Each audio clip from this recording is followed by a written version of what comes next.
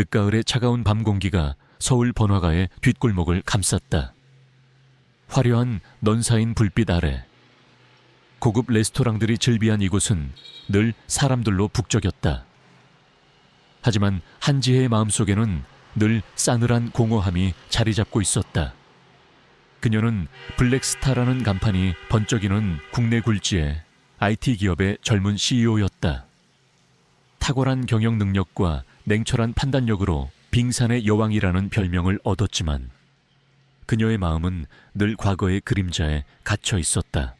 그녀의 삶은 어린 시절부터 멈춰버렸다. 그녀는 어머니에게 버림받은 기억으로 고통받았다. 어머니는 그녀를 낳자마자 갑자기 사라졌다.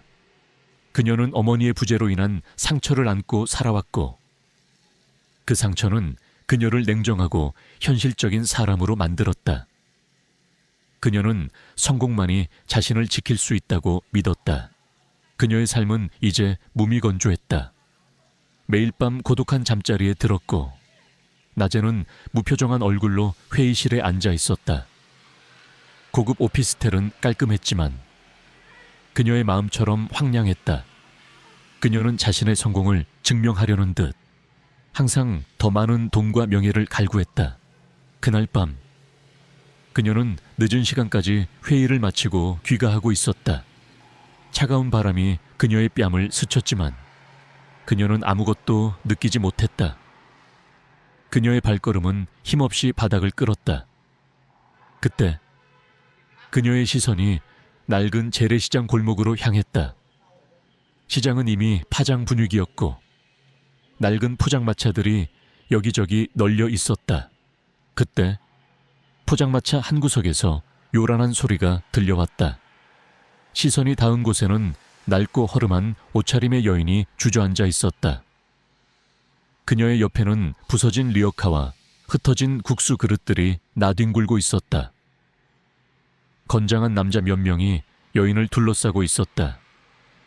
그들은 고급스러운 양복을 입고 있었지만 그들의 눈빛에는 오만함과 조롱이 가득했다. 그들 중 한 명은 이 지역 시장의 상인회 간부로 보이는 남자였다. 그는 낡은 시장의 이권을 장악하고 있는 지역 조폭들이었다. 이 거지 같은 년이 어딜 감히 우리가 누군 줄 알고 이딴 쓰레기를 여기다 뿌려놔. 상인회 간부로 보이는 남자가 소리쳤다. 그의 목소리에는 위협적인 기운이 감돌았다. 여인은 연신 고개를 숙이며 빌었다. 죄송합니다. 죄송합니다. 제가 실수했습니다. 상인회 간부는 여인의 머리채를 잡아 올렸다. 이 미친년이 아직 정신을 못 차렸군. 오늘 여기서 내 놈이 가진 거 다 내놔야 정신 차릴 거야. 여인의 얼굴은 공포에 질려 창백해졌다. 그녀의 눈에서는 뜨거운 눈물이 흘러내렸다. 그녀의 품에는 어린 딸이 웅크리고 있었다. 딸의 얼굴도 공포에 질려 창백했다. 주변 상인들은 모두 숨죽이며 이 상황을 지켜보고 있었다. 누구도 감히 그들에게 맞설 수 없었다. 지혜의 눈빛이 섬뜩하게 변했다. 불의를 보고도 외면할 수 없었다. 그녀의 마음속에는 어릴 적 자신이 느꼈던 무력감과 분노가 다시 솟아올랐다. 그녀는 망설임 없이 여인에게 다가갔다. 이봐요, 지금 뭐 하는 짓입니까? 지혜가 소리쳤다. 그녀의 목소리는 차분했지만 그 속에는 단호함이 묻어 있었다. 상인회 간부는 지혜의 등장에 당황한 듯 했지만 이내 비웃었다. 어쭈 이 아가씨가 감히 내 일에 참견해. 내 놈이 누군데? 당신은 지금 약한 여인을 폭행하고 있습니다. 명백한 범죄입니다. 당장 멈추지 않으면 경찰에 신고하겠습니다. 지혜가 단호하게 말했다. 상인회 간부는 코웃음을 쳤다. 웃기지도 않는 소리. 이 거지 같은 년이 내 물건을 다 망쳐놨어. 내가 뭘 하든 상관없잖아. 그는 여인을 향해 발길질을 하려 했다. 지혜는 망설임 없이 그의 앞을 막아섰다. 지혜의 손에서 땀이 흘러내렸다. 상인회 간부는 지혜의 힘에 당황한 듯 뒤로 물러섰다. 이 미친년이 감히 나한테 대들어. 상인회 간부는 분노에 찬 목소리로 소리쳤다. 그는 지혜의 뺨을 향해 손을 뻗었다. 지혜는 그의 손을 피하며 몸을 날렸다. 그리고 그의 얼굴을 향해 주먹을 날렸다. 상인회 간부는 지혜의 예상치 못한 방역에 당황하며 뒤로 물러섰다. 그의 코에서는 피가 흘러내렸다. 이 미친년이 감히 나를 때려. 상인회 간부의 조직원들이 일제히 지혜를 향해 달려들었다. 지혜는 여인과 아이를 보호하려 했지만 그들의 수는 너무 많았다. 그녀는 고전했다. 그녀의 몸에는 상처가 늘어났지만 그녀는 포기하지 않았다. 그녀는 여인과 아이를 지켜야 했다. 그때 여인이 지혜의 손을 잡았다. 여인의 손은 거칠고 투박했지만 그 속에는 알 수 없는 따뜻한 온기가 느껴졌다. 여인은 지혜의 눈을 바라봤다. 그녀의 눈빛은 감사함과 함께 알 수 없는 깊은 의미를 담고 있었다. 고마워요, 아가씨. 여인의 목소리는 희미했지만 그 속에는 진심이 담겨 있었다. 상인회 간부는 여인과 지혜를 향해 맹렬하게 공격을 퍼부었다. 지혜는 여인을 품에 안은 차에 그들의 공격을 막아냈다. 그때 멀리서 요란한 사이렌 소리가 들려왔다. 경찰차였다. 상인회 간부의 조직원들은 경찰의 등장에 당황하며 도주하기 시작했다. 상인회 간부도 비열하게 웃으며 사라졌다. 경찰이 도착했고 여인과 지혜는 응급처치를 받았다. 여인은 다행히 큰 부상은 아니었다. 지혜는 여인을 끌어안았다. 여인의 몸은 차갑고 거칠었지만 그 속에서 희미한 떨림이 느껴졌다. 그날 이후 지혜의 삶은 다시 시작되었다. 그녀는 여인과 아이를 구한 일에 대해 깊은 만족감을 느꼈다. 하지만 그녀의 마음속에는 알 수 없는 불안감이 맴돌았다. 상인회 간부의 마지막 경고가 그녀의 뇌리에서 떠나지 않았다. 오늘 일 잊지 않을 거야. 반드시 그 대가를 치르게 될 거야. 지혜는 직감했다. 이 사건은 결코 여기서 끝나지 않을 것이라고. 그리고 그녀는 이 모든 것을 끝내야 한다고 다짐했다. 늦가을의 차가운 밤 공기가 서울 번화가의 뒷골목을 감쌌다. 화려한 넌사인 불빛 아래 고급 레스토랑들이 즐비한 이곳은 늘 사람들로 북적였다. 하지만 한지의 마음속에는 늘 싸늘한 공허함이 자리 잡고 있었다. 그녀는 블랙스타라는 간판이 번쩍이는 국내 굴지의 IT 기업의 젊은 CEO였다. 탁월한 경영 능력과 냉철한 판단력으로 빙산의 여왕이라는 별명을 얻었지만 그녀의 마음은 늘 과거의 그림자에 갇혀 있었다. 그녀의 삶은 어린 시절부터 멈춰버렸다. 그녀는 어머니에게 버림받은 기억으로 고통받았다. 어머니는 그녀를 낳자마자 갑자기 사라졌다. 그녀는 어머니의 부재로 인한 상처를 안고 살아왔고 그 상처는 그녀를 냉정하고 현실적인 사람으로 만들었다. 그녀는 성공만이 자신을 지킬 수 있다고 믿었다. 그녀의 삶은 이제 무미건조했다. 매일 밤 고독한 잠자리에 들었고 낮에는 무표정한 얼굴로 회의실에 앉아 있었다. 고급 오피스텔은 깔끔했지만 그녀의 마음처럼 황량했다. 그녀는 자신의 성공을 증명하려는 듯 항상 더 많은 돈과 명예를 갈구했다. 그날 밤 그녀는 늦은 시간까지 회의를 마치고 귀가하고 있었다. 차가운 바람이 그녀의 뺨을 스쳤지만 그녀는 아무것도 느끼지 못했다.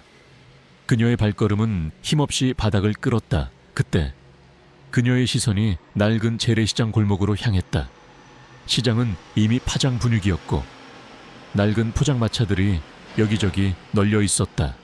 그때 포장마차 한 구석에서 요란한 소리가 들려왔다. 시선이 닿은 곳에는 낡고 허름한 옷차림의 여인이 주저앉아 있었다. 그녀의 옆에는 부서진 리어카와 흩어진 국수 그릇들이 나뒹굴고 있었다. 건장한 남자 몇 명이 여인을 둘러싸고 있었다. 그들은 고급스러운 양복을 입고 있었지만 그들의 눈빛에는 오만함과 조롱이 가득했다. 그들 중 한 명은 레스토랑의 지배인으로 보이는 남자였다. 그는 낡은 시장의 이권을 장악하고 있는 지역 조폭들이었다. 이 거지 같은 년이 어딜 감히 우리가 누군 줄 알고 이딴 쓰레기를 여기다 뿌려놔. 상인회 간부로 보이는 남자가 소리쳤다. 그의 목소리에는 위협적인 기운이 감돌았다. 여인은 연신 고개를 숙이며 빌었다. 죄송합니다. 죄송합니다. 제가 실수했습니다. 상인회 간부는 여인의 머리채를 잡아 올렸다. 이 미친년이 아직 정신을 못 차렸군. 오늘 여기서 내 놈이 가진 거 다 내놔야 정신 차릴 거야. 여인의 얼굴은 공포에 질려 창백해졌다. 그녀의 눈에서는 뜨거운 눈물이 흘러내렸다. 그녀의 품에는 어린 딸이 웅크리고 있었다. 딸의 얼굴도 공포에 질려 창백했다. 주변 상인들은 모두 숨죽이며 이 상황을 지켜보고 있었다. 누구도 감히 그들에게 맞설 수 없었다. 지혜의 눈빛이 섬뜩하게 변했다. 불의를 보고도 외면할 수 없었다. 그녀의 마음속에는 어릴 적 자신이 느꼈던 무력감과 분노가 다시 솟아올랐다. 그녀는 망설임 없이 여인에게 다가갔다. 이봐요, 지금 뭐 하는 짓입니까? 지혜가 소리쳤다. 그녀의 목소리는 차분했지만 그 속에는 단호함이 묻어 있었다. 상인회 간부는 지혜의 등장에 당황한 듯 했지만 이내 비웃었다. 어쭈 이 아가씨가 감히 내 일에 참견해. 내 놈이 누군데. 당신은 지금 약한 여인을 폭행하고 있습니다. 명백한 범죄입니다. 당장 멈추지 않으면 경찰에 신고하겠습니다. 지혜가 단호하게 말했다. 상인회 간부는 코웃음을 쳤다. 웃기지도 않는 소리. 이거지 같은 년이 내 물건을 다 망쳐놨어. 내가 뭘 하든 상관없잖아. 그는 여인을 향해 발길질을 하려 했다. 지혜는 망설임 없이 그의 앞을 막아섰다. 지혜의 손에서 땀이 흘러내렸다. 상인회 간부는 지혜의 힘에 당황한 듯 뒤로 물러섰다. 이 미친년이 감히 나한테 대들어. 상인회 간부는 분노의 찬 목소리로 소리쳤다. 그는 지혜의 뺨을 향해 손을 뻗었다. 지혜는 그의 손을 피하며 몸을 날렸다. 그리고 그의 얼굴을 향해 주먹을 날렸다. 상인회 간부는 지혜의 예상치 못한 방역에 당황하며 뒤로 물러섰다. 그의 코에서는 피가 흘러내렸다. 이 미친년이 감히 나를 때려. 상인회 간부의 조직원들이 일제히 지혜를 향해 달려들었다. 지혜는 여인과 아이를 보호하려 했지만 그들의 수는 너무 많았다. 그녀는 고전했다. 그녀의 몸에는 상처가 늘어났지만 그녀는 포기하지 않았다. 그녀는 여인과 아이를 지켜야 했다. 그때 여인이 지혜의 손을 잡았다. 여인의 손은 거칠고 투박했지만 그 속에는 알 수 없는 따뜻한 온기가 느껴졌다. 여인은 지혜의 눈을 바라봤다. 그녀의 눈빛은 감사함과 함께 알 수 없는 깊은 의미를 담고 있었다. 고마워요, 아가씨. 여인의 목소리는 희미했지만 그 속에는 진심이 담겨 있었다.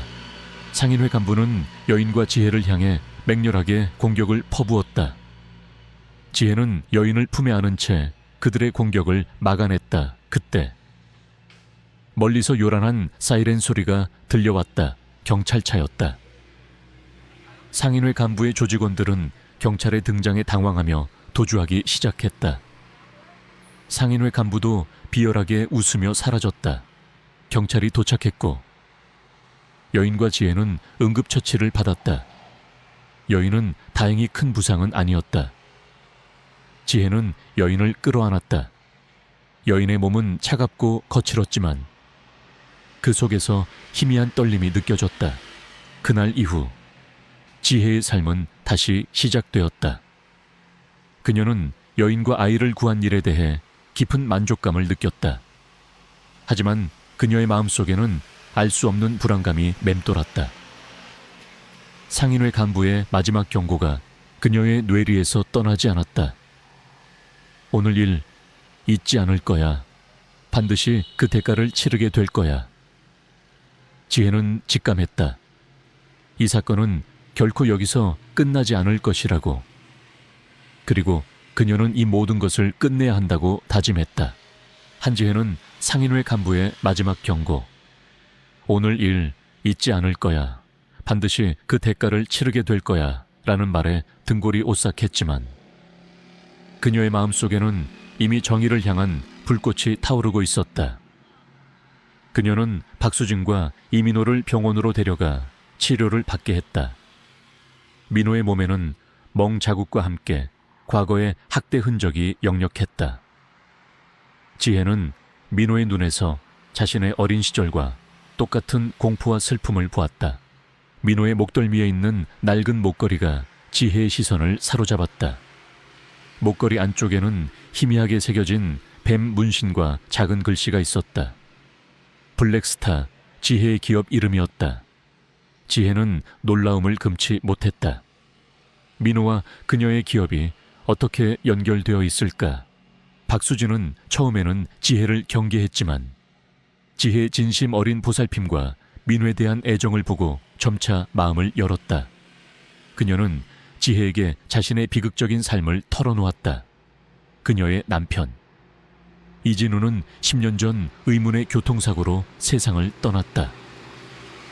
그는 한때 지혜의 기업과 경쟁하던 다른 IT 기업에 촉망받는 과학자였다. 남편의 죽음 이후 그녀는 모든 것을 잃고 민호와 함께 길거리에서 생활하게 되었다. 그녀는 남편의 죽음이 단순한 사고가 아님을 직감했지만 진실을 파헤칠 힘이 없었다. 지혜는 박수진의 이야기를 듣자마자 자신의 악몽을 떠올렸다. 어릴 적 어머니에게 버림받은 기억, 그리고 어머니가 사라지기 전 마지막으로 가지고 있던 물건에 새겨져 있던 뱀 문양. 지혜의 어머니는 한때 이진우의 기업과 관련이 있는 과학자였다. 그녀는 블랙 서펀트 프로젝트라는 비밀 연구에 참여하고 있었다. 뱀 문양은 바로 그 프로젝트의 상징이었다. 지혜는 직감했다.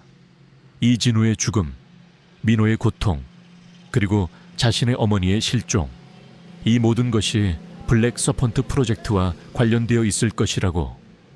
그리고 민호의 목걸이에 새겨진 블랙스타는 그녀의 기업을 노리는 어떤 음모의 표식일 수도 있었다. 지혜는 민호의 목걸이에 숨겨진 금속 조각을 자세히 살폈다. 뱀 문신 옆에 아주 작게 새겨진 글자를 발견했다. 최강우, 초해강우. 지혜의 머릿속에 섬광처럼 스쳐 지나가는 이름이었다. 최강우는 지혜의 기업 블랙스타의 경쟁 기업인 골드웨이브의 CEO였다. 그는 겉으로는 선량한 사업가 행세를 했지만 최근 그의 기업이 불법적인 활동에 연루되어 있다는 소문이 돌았다. 지혜는 최강우가 이 모든 일의 배후임을 직감했다. 그는 지혜의 어머니가 진행하던 블랙 서펀트 프로젝트과를 이용해 이진우를 제거하고 민우에게 상처를 입힌 것이었다. 그리고 이제는 지혜의 기업을 노리고 있었다. 지혜는 김소연 회장에게 모든 진실을 털어놓았다. 김소연 회장은 지혜의 이야기를 듣자마자 충격에 빠졌다. 그녀는 지혜의 어머니와 이진우를 알고 있었다. 그들은 모두 블랙 서펀트 프로젝트에 참여했던 과학자들이었다.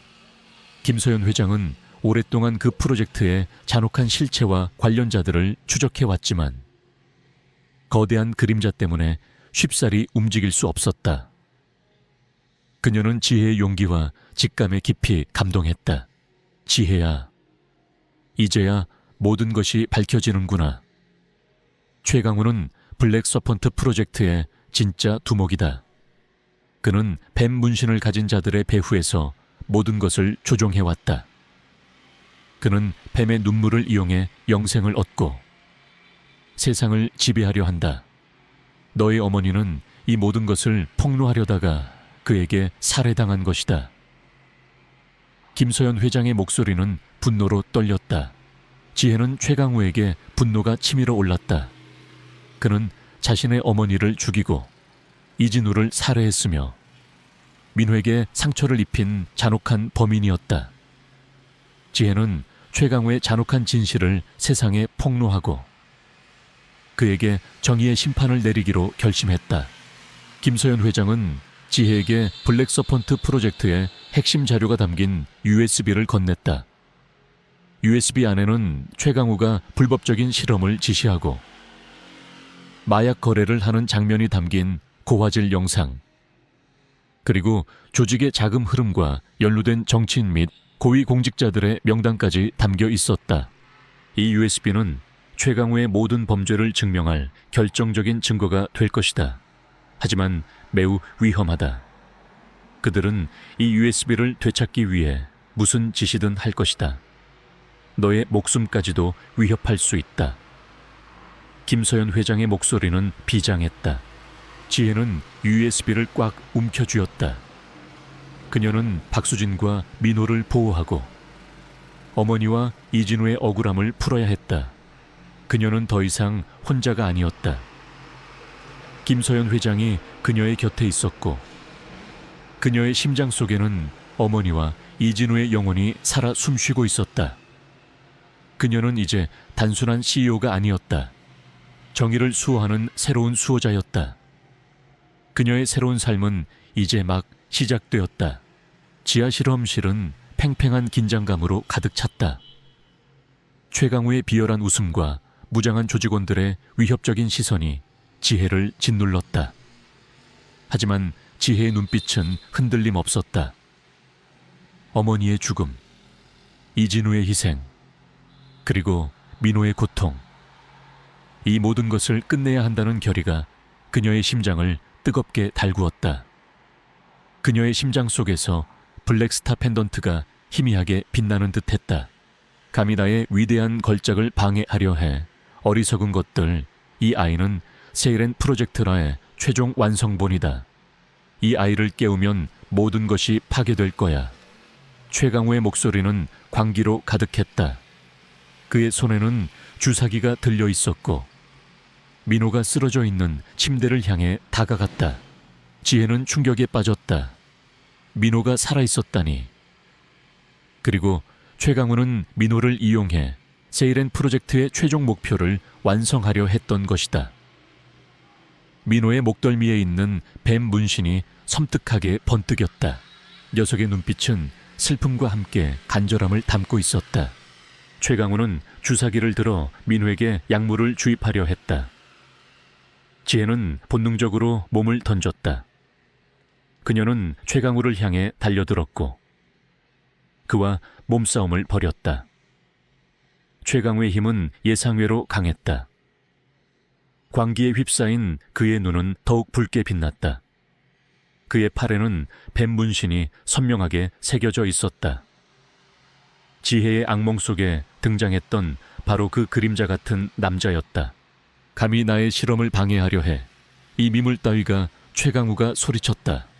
최강우는 지혜의 목을 움켜쥐었다. 지혜는 숨이 막혔다. 그녀의 머릿속에는 어머니와 이진우 그리고 민호의 모습이 교차했다. 그녀는 이대로 포기할 수 없었다. 그녀는 블랙스타 펜던트를 꽉 움켜쥐었다. 펜던트에서 뿜어져 나오는 빛은 이제 그녀의 눈을 붉게 물들였다. 그녀의 눈빛은 분노와 복수심으로 이글거렸다. 그녀는 이 모든 것을 끝내야 했다. 그때 민호가 최강우를 향해 맹렬하게 달려들었다. 녀석은 최강우의 팔에 새겨진 뱀 문신을 향해 이빨을 드러냈다. 뱀 문신은 검은 피를 흘리며 일그러졌다. 최강우는 고통에 절규하며 뒤로 물러섰다. 그의 힘은 약해지는 듯했다. 민호는 유리관이 파괴되자 최강우의 다리를 물고 놓지 않았다. 녀석은 최강우를 향해 격렬하게 낑낑거렸다. 녀석의 눈빛은 최강우를 향한 증오와 함께 지혜를 향한 믿음으로 가득했다. 민호는 최강우에게서 지혜를 보호하려는 듯 자신의 몸을 던져 최강우의 공격을 막아냈다. 최강우는 자신이 만든 걸작이 파괴되는 것을 보고 절규했다. 아니야, 나의 세일엔 나의 꿈이. 그 순간 김서연 회장이 경찰 특공대와 함께 실험실 안으로 진입했다. 김서연 회장은 지혜의 마지막 연락을 받고 지원 요청을 했던 것이다. 경찰 특공대는 최강우와 그의 조직원들을 모두 체포했다.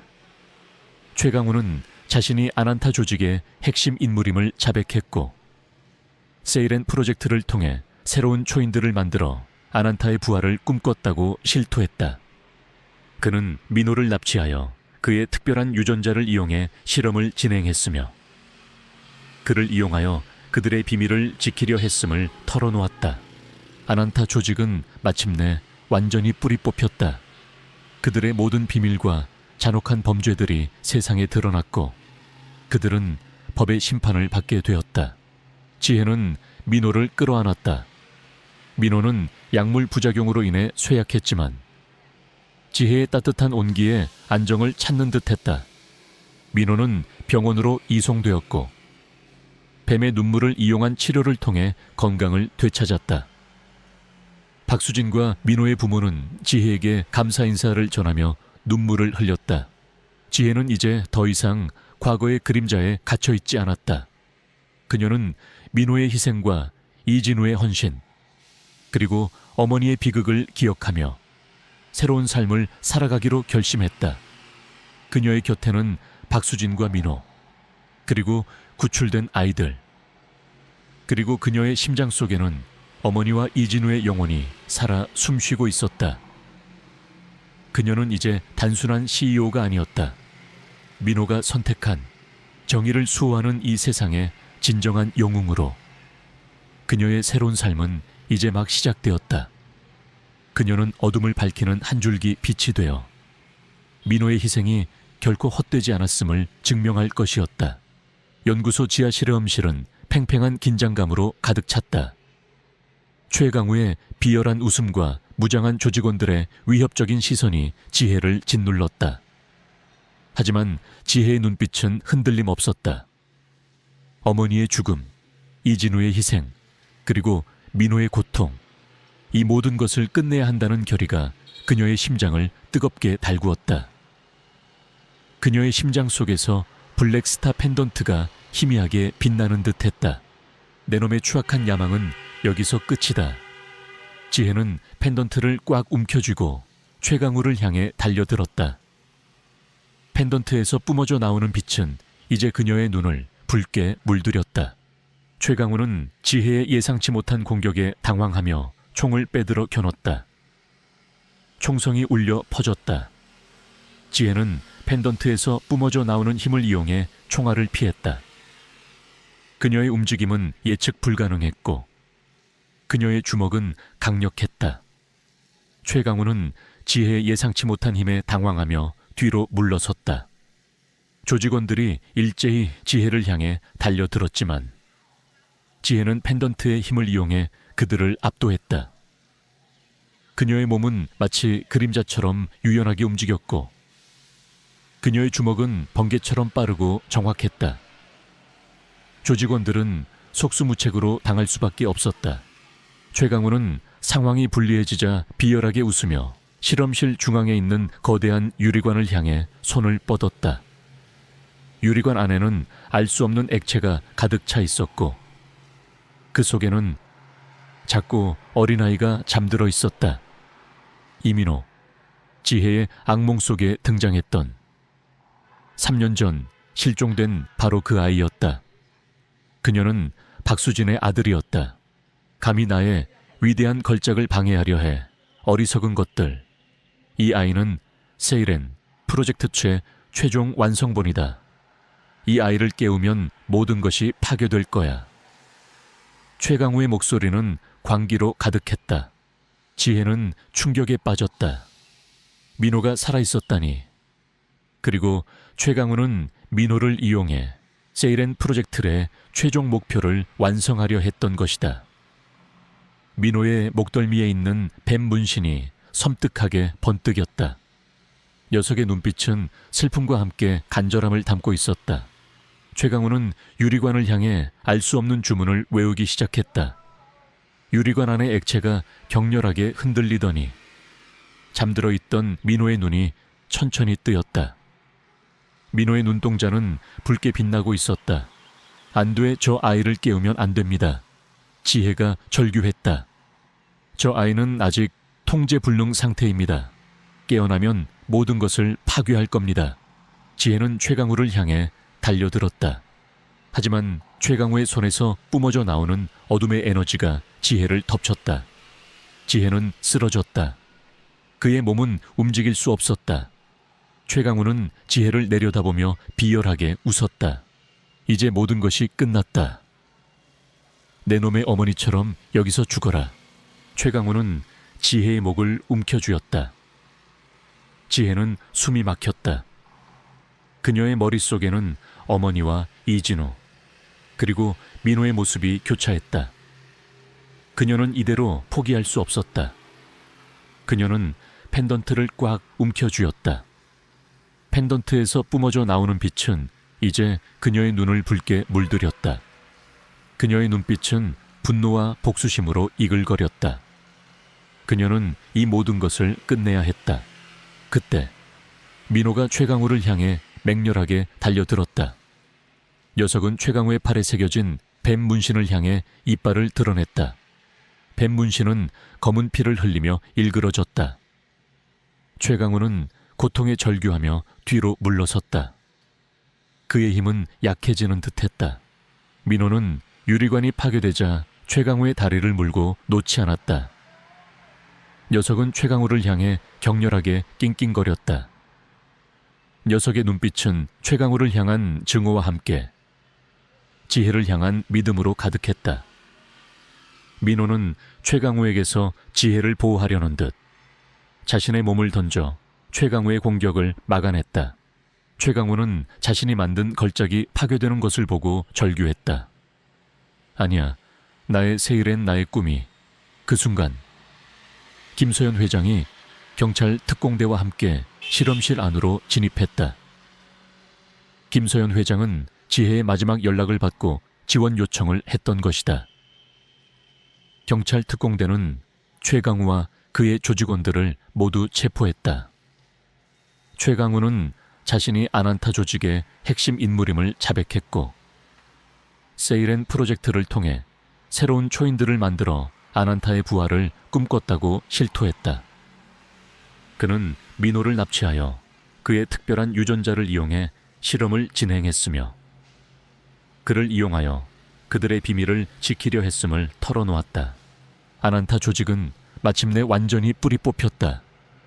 그들의 모든 비밀과 잔혹한 범죄들이 세상에 드러났고 그들은 법의 심판을 받게 되었다. 지혜는 민호를 끌어안았다. 민호는 약물 부작용으로 인해 쇠약했지만 지혜의 따뜻한 온기에 안정을 찾는 듯했다. 민호는 병원으로 이송되었고 뱀의 눈물을 이용한 치료를 통해 건강을 되찾았다. 박수진과 민호의 부모는 지혜에게 감사 인사를 전하며 눈물을 흘렸다. 지혜는 이제 더 이상 과거의 그림자에 갇혀 있지 않았다. 그녀는 민호의 희생과 이진우의 헌신, 그리고 어머니의 비극을 기억하며 새로운 삶을 살아가기로 결심했다. 그녀의 곁에는 박수진과 민호, 그리고 구출된 아이들, 그리고 그녀의 심장 속에는 어머니와 이진우의 영혼이 살아 숨쉬고 있었다. 그녀는 이제 단순한 CEO가 아니었다. 민호가 선택한 정의를 수호하는 이 세상의 진정한 영웅으로 그녀의 새로운 삶은 이제 막 시작되었다. 그녀는 어둠을 밝히는 한 줄기 빛이 되어 민호의 희생이 결코 헛되지 않았음을 증명할 것이었다. 지하 실험실에서의 치열한 전투 끝에 최강우와 그의 조직원들은 모두 체포되었고 이민호를 비롯한 아이들은 무사히 구출되었다. 아난타 조직의 세이렌 프로젝트라는 잔혹한 실체가 만천에 드러났고 세상은 그들의 악행에 경악했다. 한지혜는 어머니의 억울함을 풀고 이진우의 희생을 헛되이 하지 않기 위해 모든 것을 바쳤다. 그녀는 이제 더 이상 과거의 그림자에 갇혀 있지 않았다.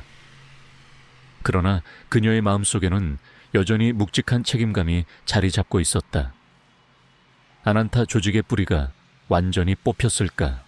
언론은 연일 지혜의 용감한 활약과 민호의 기적 같은 회복을 보도했다. 지혜는 정의의 수호자로, 민호는 희망의 아이로 불리며 국민적 영웅이 되었다. 구출된 아이들은 뱀의 눈물을 이용한 치료 덕분에 건강을 되찾았고 가족들의 품으로 돌아갔다. 지혜는 그들의 해맑은 웃음을 보며 깊은 안도감을 느꼈다. 하지만 지혜는 알고 있었다. 최강우가 체포되었지만 그가 아난타 조직의 최고 수뇌부는 아니라는 것을. 그의 배후에는 더욱 거대한 그림자가 숨어 있을 터였다. 민호의 목덜미에 있는 뱀 문신, 그것은 아난타 조직의 표식이었지만 그 문양은 마치 계급을 나타내는 듯 미묘하게 달랐다. 지혜는 아난타의 진짜 두목을 찾아내고 그들의 모든 악행을 끝내야 한다고 생각했다. 김서연 회장은 지혜의 든든한 조력자가 되어주었다. 그녀는 최강우의 자백과 압수된 증거들을 분석하며 아난타 조직의 실체를 파헤쳤다. 그들은 아난타가 전 세계적으로 활동하는 거대한 범죄 조직이며 각국의 고위층 인사들과 연결되어 있음을 알아냈다. 그들은 막강한 자금력과 함께 비밀스러운 연구시설과 무장 세력을 보유하고 있었다. 수사 과정은 험난했다. 아난타 조직의 잔당들은 교활했고 그들의 흔적은 철저히 은폐되어 있었다. 그들은 김서연 회장과 지혜의 목숨까지 위협하며 수사를 방해했다. 지혜는 블랙스타 펜던트가 떨리는 것을 느꼈다. 펜던트는 위험이 다가올 때마다 경고를 보냈고 그들을 안전하게 이끌었다. 이진우의 영혼이 그녀의 곁에서 그녀를 지키는 듯했다. 며칠 밤낮없이 조사한 끝에 그들은 아난타 조직의 진짜 두목이 그림자 제왕 산시단나 이라는 인물이라는 사실을 알아냈다. 그림자 제왕은 겉으로는 존경받는 재계의 거물이자 자선사업가로 알려져 있었지만 실상은 아난타 조직의 창시자이자 모든 음모의 배후였다. 그는 뱀의 눈물을 이용해 영생을 얻고 세상을 지배하려 했다. 그의 팔에는 가장 크고 화려한 뱀 문신이 선명하게 새겨져 있었다. 지혜는 그림자 제왕의 존재를 알게 되자마자 분노에 휩싸였다. 어머니의 죽음, 이진우의 희생, 민호의 고통, 그리고 수많은 아이들의 희생, 이 모든 비극의 근원이 바로 그림자 제왕이었다. 그녀는 그를 잡고 아난타 조직의 모든 악행을 끝내야 한다고 생각했다. 김서연 회장은 그림자 제왕의 체포를 위해 경찰 특공대와 함께 작전을 계획했다. 그림자 제왕은 서울 도심에 위치한 자신의 초고층 빌딩 최상층에 비밀 거점을 두고 있었다. 빌딩은 삼엄한 경비 시스템과 첨단 방어 시설로 보호되고 있었고 침입은 불가능에 가까웠다. 그날 밤 지혜와 김서연 회장 그리고 경찰 특공대는 그림자 제왕의 비밀 거점으로 향했다. 어둠 속에서 빌딩은 거대한 그림자를 들이우고 있었다. 지혜는 블랙스타 펜던트가 떨리는 것을 느꼈다. 펜던트에서 뿜어져 나오는 빛은 이제 그녀의 눈을 붉게 물들였다. 이진우의 영혼이 그녀의 곁에서 함께 싸우는 듯했다. 경찰 특공대가 빌딩 안으로 진입했다. 하지만 그림자 제왕은 이미 그들의 침입을 감지하고 있었다. 빌딩 내부는 순식간에 아수라장이 되었다. 무장한 경호원들이 사방에서 나타나 그들을 공격했다. 지혜는 블랙스타 펜던트의 힘을 이용해 그들을 압도했다. 그녀의 움직임은 예측 불가능했고 그녀의 주먹은 강력했다. 그녀는 경호원들을 제압하며 그림자 제왕의 거점으로 향했다. 그들이 도착한 곳은 빌딩 최상층에 위치한 그림자 제왕의 개인 집무실이었다. 집무실은 화려하고 웅장했지만 그 안에서 느껴지는 음산한 기운은 지혜의 온몸에 소름을 돋게 했다. 집무실 중앙에는 거대한 책상이 놓여 있었고 그 뒤에 그림자 제왕이 앉아 있었다. 그의 팔에는 가장 크고 화려한 뱀 문신이 선명하게 새겨져 있었다. 그의 눈빛은 냉혹하고 잔혹했다. 결국 여기까지 왔군. 백구의 힘을 가진 자여. 하지만 내 놈이 감히 나를 막을 수 있을 것 같으냐. 그림자 제왕이 비열하게 웃었다. 그의 목소리는 낮게 깔렸지만 그 속에는 세상을 지배하려는 광기가 담겨 있었다. 그는 지혜를 향해 손을 뻗었다. 그의 손에서 알 수 없는 에너지가 뿜어져 나왔다. 지혜는 본능적으로 몸을 피했다. 그림자 제왕의 힘은 예상외로 강했다. 그는 아난타 조직의 창시자이자 뱀의 눈물을 이용해 초월적인 능력을 얻은 존재였다. 그림자 제왕은 지혜에게 맹렬하게 공격을 퍼부었다. 지혜는 고전했다. 그녀의 움직임은 빠르고 정확했으며 그녀의 공격은 강력했다. 지혜의 몸은 상처투성이가 되었다. 하지만 그녀는 포기하지 않았다. 어머니의 죽음, 이진우의 희생, 그리고 수많은 아이들의 고통이 그녀에게 용기를 불어넣었다. 그녀는 블랙스타 펜던트를 꽉 움켜쥐었다. 펜던트에서 뿜어져 나오는 빛은 이제 그녀의 몸을 감싸는 듯했다. 그녀의 눈이 붉게 빛나기 시작했다. 그녀는 그림자 제왕의 공격을 피하며 그의 팔에 새겨진 뱀 문신을 향해 주먹을 날렸다. 뱀 문신이 새겨진 살같이 찢어지며 검은 피가 쏟아져 나왔다. 그림자 제왕은 고통에 절규하며 쓰러졌다. 그의 힘은 약해지는 듯했다.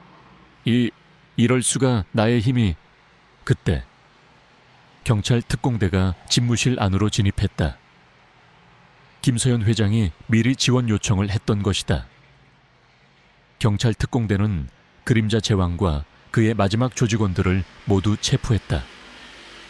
그림자 제왕은 자신이 아난타 조직의 창시자임을 자백했고 뱀의 눈물을 이용해 세상을 지배하려 했던 모든 야욕을 실토했다. 아난타 조직은 마침내 완전히 뿌리 뽑혔다.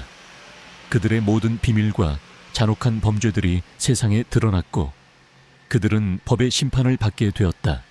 아난타 조직의 모든 잔당들이 체포되고 세이렌 프로젝트의 모든 비밀이 만천에 드러나면서 세상은 오랜 혼란과 고통 끝에 마침내 평화를 되찾았다. 언론은 연일 정의의 승리를 보도했고 한지혜는 영웅으로 불리며 국민적 영웅이 되었다. 하지만 그녀의 마음속에는 이진우와 민호 그리고 어머니의 묵직한 책임감과 함께 영원히 지워지지 않을 상처가 자리 잡고 있었다. 지혜는 더 이상 블랙스타의 CEO로 남지 않았다. 그녀는 과거의 그림자에 갇히고 싶지 않았다. 그녀는 자신의 성공과 돈이 진정한 행복을 가져다 주지 않는다는 것을 깨달았다. 그녀는 자신이 가진 모든 것을 이용해 어둠 속에 숨겨진 악을 찾아내고 약한 자들을 보호하는 그림자 수호장가 되기로 결심했다. 김서연 회장은 지혜의 선택을 지지하며 그녀의 든든한 조력자가 되어 그림자 수호자의 활동을 전폭적으로 지원하기로 했다. 그들은 첫 번째 임무로 오랫동안 미제 사건으로 남아있던 연쇄 실종 사건을 파헤치기 시작했다. 실종자들은 모두 특정 유전자를 가진 아이들이었고 그들은 모두 아난타 조직과 관련된 고아원에서 생활했던 아이들이었다. 지혜는 직감했다. 아난타 조직의 잔당들이 여전히 세이렌 프로젝트 원치달의 후속 작업을 진행하고 있을 것이라고. 지혜와 김서연 회장 그리고 김영철 경위는 실종된 아이들의 부모들을 만났다. 부모들은 절망과 슬픔에 잠겨 있었다. 지혜는 그들의 고통을 누구보다 잘 이해했다. 그녀는 블랙스타 펜던트에서 뿜어져 나오는 온기를 느끼며 아이들을 반드시 찾아주겠다고 약속했다. 수사 과정은 험난했다. 아난타 조직의 잔당들은 교활했고 그들의 흔적은 희미했다. 하지만 지혜의 감각은 더욱 날카로워져 있었다. 그녀는 블랙스타 펜던트가 떨리는 방향으로 움직이며 어둠 속에 숨겨진 진실을 찾아 나갔다. 펜던트는 위험이 다가올 때마다 경고를 보냈고 그들을 안전하게 이끌었다. 며칠간의 추적 끝에 그들은 서울 외곽에 버려진 연구시설을 찾아냈다.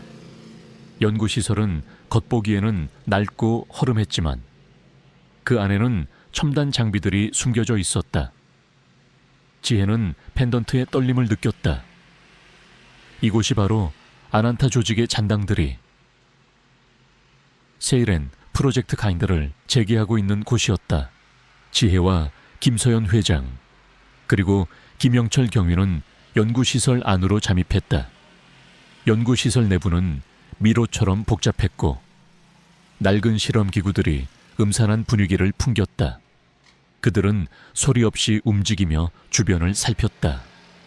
그때 희미한 아이들의 울음소리가 들려왔다. 아이들은 연구시설 깊숙한 곳에 감금되어 있었다. 지혜와 김서연 회장 그리고 김영철 경위는 아이들의 울음소리를 따라갔다. 그들이 도착한 곳은 거대한 철창이 놓인 실험실이었다. 철창 안에는 실종된 아이들이 갇혀 있었고 그들은 모두 약물에 취한 듯 의식이 희미했다. 그리고 실험실 중앙에는 낡은 실험복을 입은 한 노인이 서 있었다. 노인의 팔에는 뱀 문신이 희미하게 새겨져 있었다. 그는 아난타 조직의 마지막 과학자 닥터 그림잔이었다. 결국 여기까지 왔군. 백구의 힘을 가진 자여. 하지만 내 놈이 감히 나의 위대한 프로젝트를 방해할 수 있을 것 같으냐. 닥터 그림자가 비열하게 웃었다. 그의 뒤에는 무장한 조직원들이 서 있었다. 지혜는 블랙스타 펜던트를 꽉 움켜쥐었다. 펜던트에서 뿜어져 나오는 빛은 이제 그녀의 눈을 붉게 물들였다. 그녀의 눈빛은 분노와 복수심으로 이글거렸다. 그녀는 아이들을 구하고 닥터 그림자의 잔혹한 프로젝트를 끝내야 했다. 내 놈의 추악한 야망은 여기서 끝이다. 지혜는 닥터 그림자를 향해 달려들었다. 닥터 그림사는 총을 빼들어 지혜를 향해 겨눴다. 총성이 울려 퍼졌다. 지혜는 총알을 피하며 닥터 그림자에게 돌진했다. 그녀의 움직임은 예측 불가능했고 그녀의 주먹은 강력했다. 닥터 그림사는 민서의 예상치 못한 힘에 당황하며 뒤로 물러섰다. 조직원들은 민서에게 달려들었지만 민서는 가디언의 힘을 이용해 그들을 압도했다. 소연은 아이들을 구하기 위해 철창문을 열려 했다. 하지만 철창문은 굳게 잠겨 있었다. 소연은 펜던트를 향해 손을 뻗었다. 펜던트에서 뿜어져 나오는 빛이 철창문에 닿자마자 철창문이 굉음을 내며 열리기 시작했다. 지혜의 힘이 그들에게 또 다른 기적을 선사한 것이다. 아이들이 철창 밖으로 뛰쳐나왔다. 소연은 아이들을 보호하며 실험실 밖으로 대피시켰다. 닥터 그림자는 아이들이 도망치는 것을 보고 분노에 휩싸였다. 젠장 내 위대한 걸작들이. 그는 민서를 향해 달려들었다.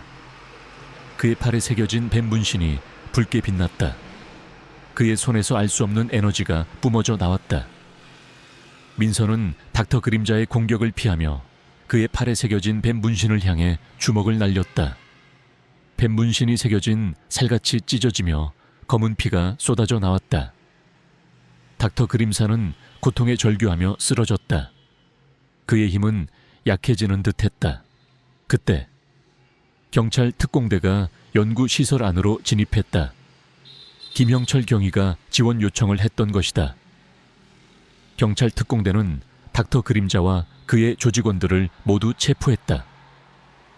닥터 그림사는 자신이 아난타 조직의 마지막 잔당임을 자백했고, 세이렌 프로젝트를 통해 새로운 초인들을 만들어 아난타의 부활을 꿈꿨다고 실토했다.